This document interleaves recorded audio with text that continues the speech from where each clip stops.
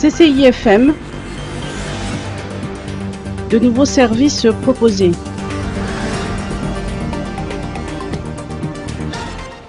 Présente depuis plus de 15 ans sur la Grande Île, la Chambre de commerce et d'industrie France-Madagascar, CCI-FM, est un réseau d'affaires créé pour promouvoir le développement des relations économiques entre les entreprises françaises et malagasy, rattachées à la CCI France Internationale. Ce réseau d'affaires de plus de 400 adhérents est aussi en relation avec de nombreux partenaires du monde.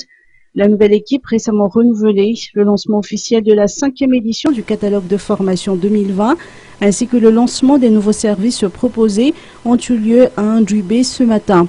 Gildas Bocquier de la commission formation nous livre des détails. Le booster, c'est donc tout un ensemble de services qui sont rendus à nos adhérents, tous nos adhérents, et qui sont les mêmes dans tous les pays où les chambres de commerce françaises à l'étranger sont implantées. On vous a dit tout à l'heure que les chambres de commerce françaises à l'étranger, c'est 140 chambres sur 93 pays. Parce qu'il y a des pays où il y a plusieurs chambres, comme les États-Unis par exemple. Voilà. Cet ensemble de services, bien sûr, il est modulé en fonction de l'endroit où on est. Par exemple, tous les pays n'ont pas besoin d'aider à faire des visas Schengen. Il y a des pays où on en a besoin. Donc ici, on a ce service-là. Après ça, il y a les clubs de rencontres, les clubs affaires. Tous les pays le font, une fois par mois. On vous a expliqué ce que c'est que les clubs affaires. Hein, c'est un thème d'intérêt général, bien souvent, c'est pas de la pub. C'est un thème d'intérêt général autour duquel on invite nos adhérents pour évoquer ce thème-là. Les nouveaux services ont également été présentés, comme c'est le cas du service Booster. C'est en fait un service de mise en relation des employeurs membres et des candidats, c'est-à-dire que souvent nous recevons des CV de la part de gens qui sont en recherche d'emploi et nous le diffusons mensuellement en fait pour le cas ça pourrait vous intéresser. C'est juste une diffusion en fait des CV, nous n'entrons pas plus dans les détails à moins que vous le souhaitiez. Dans le sens inverse aussi, si vous recherchez quelqu'un, nous pouvons toujours voir s'il y a la disponibilité ou pas de ce CV dans notre base de données. À noter que la CCI-FM est un acteur du tissu économique composé majoritairement de très petites entreprises, petites et moyennes entreprises et d'artisans. En tant qu'association à but non lucratif, l'existence de la CCI France-Madagascar repose sur la satisfaction de ses membres, du développement et de la pérennité de leurs activités, un dynamisme rendu public grâce à la confiance accordée par les membres. Inclusion financière. Lancement du premier bureau d'information sur le crédit. La Banque Foubeni Madagascar BFM et le groupe CRIF ont annoncé aujourd'hui le lancement du premier bureau d'information sur le crédit à Madagascar, ou BIC, à l'occasion de l'atelier qui s'est tenu au Colbert, en présence du gouverneur de la BFM, du country manager de la Société financière internationale et celle du groupe de la Banque mondiale. C'est l'aboutissement de 3 années de travail avec les partenaires, selon les précisions apportées par Henri Rabardjan, gouverneur de la BFM. Nous sommes persuadés à Banque Foubeni Madagascar que c'est un élément extrêmement important pour la réalisation de nos objectifs d'inclusion financière. Vous le savez peut-être, la devise de la Banque centrale de Madagascar, ou Banque Foubeni Madagascar, est d'être une banque moderne, une banque forte d'abord, une banque moderne, et puis une banque qui contribue à l'émergence de l'économie et au bien-être des citoyens. La Banque mondiale et la Société financière internationale ont décidé de faire de l'inclusion financière et de l'accès au crédit une de leurs priorités. Madagascar est un pionnier en Afrique francophone. C'est le premier pays qui a réussi à mettre en place un bureau d'information sur le crédit qui allie des technologies de pointe en finance digitale telles que l'outil psychométrique qui permet l'accès au crédit au plus grand nombre. En termes d'exécution, la mise en place de ce projet a été la plus rapide en Afrique. Juste un exemple, le cadre réglementaire du Bureau d'information de crédit a été adopté en un temps record de 9 mois.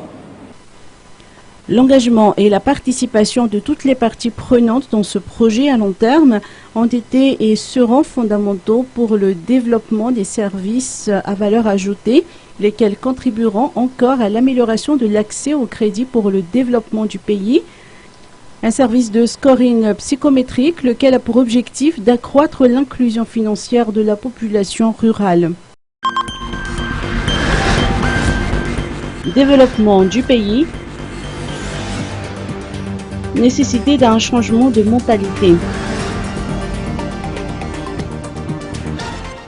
Actuellement, de nombreux projets de développement de base sont lancés dans les régions, pour ne citer que l'adduction d'eau potable, initiée par des ONG et associations œuvrant dans le développement des communautés à Madagascar. Selon les observateurs, le changement de mentalité à la base est le socle d'un réel changement au sein des communautés, des Fuktan, des collectivités et du pays tout entier. Selon les explications de Mario, père de famille, le changement de mentalité et le respect des lois figurent parmi les bases de développement d'un pays. Le respect des disciplines au sein d'une société, des lois et le changement de mentalité sont nécessaires pour le développement. L'État doit fixer des plans et stratégies de développement durable pour l'émergence de Madagascar, a-t-il souligné. Les Malgaches se sentent concernés par le développement de leur pays.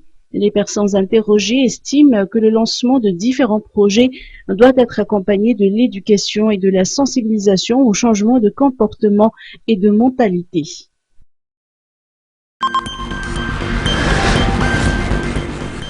Achiera, autopsie suspendue depuis le 11 février.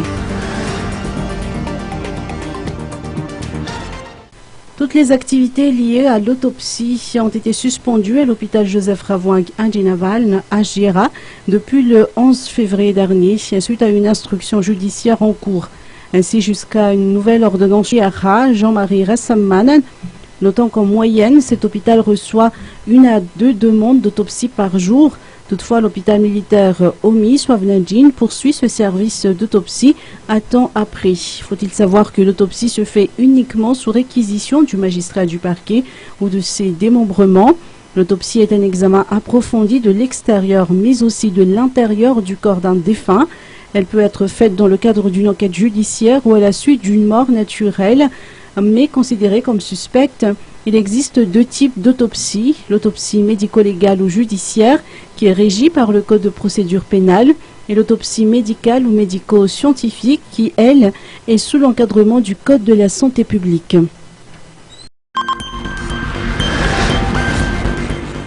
Santé sexuelle et reproductive. Renforcer la sensibilisation des jeunes.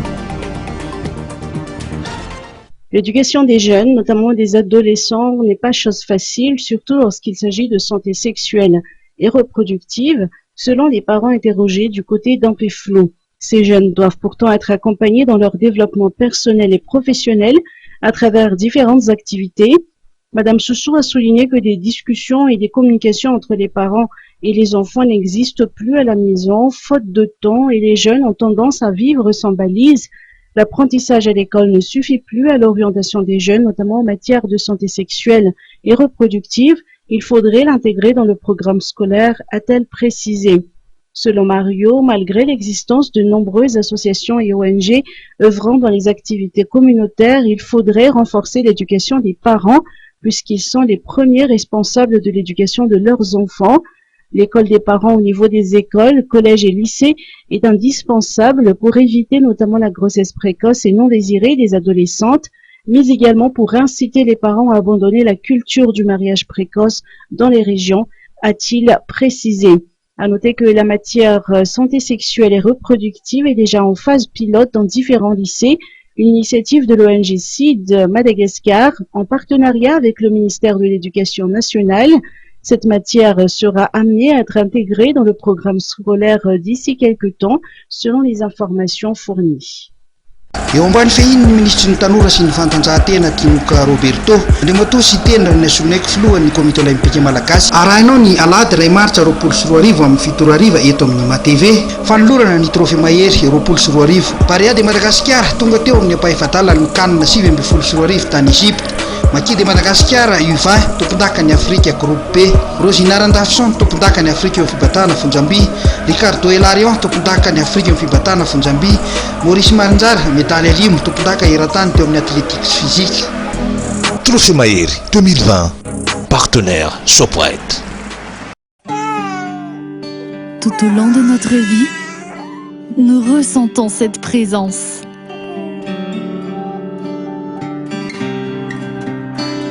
Ce soutien qui nous accompagne.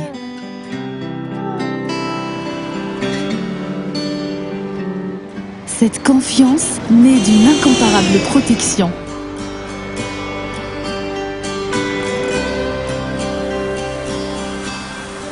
Cet ami toujours prêt à tendre la main.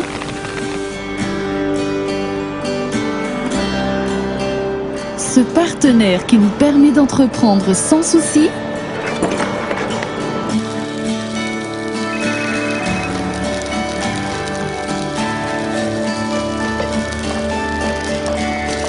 Et cette assurance qui garantit une sérénité.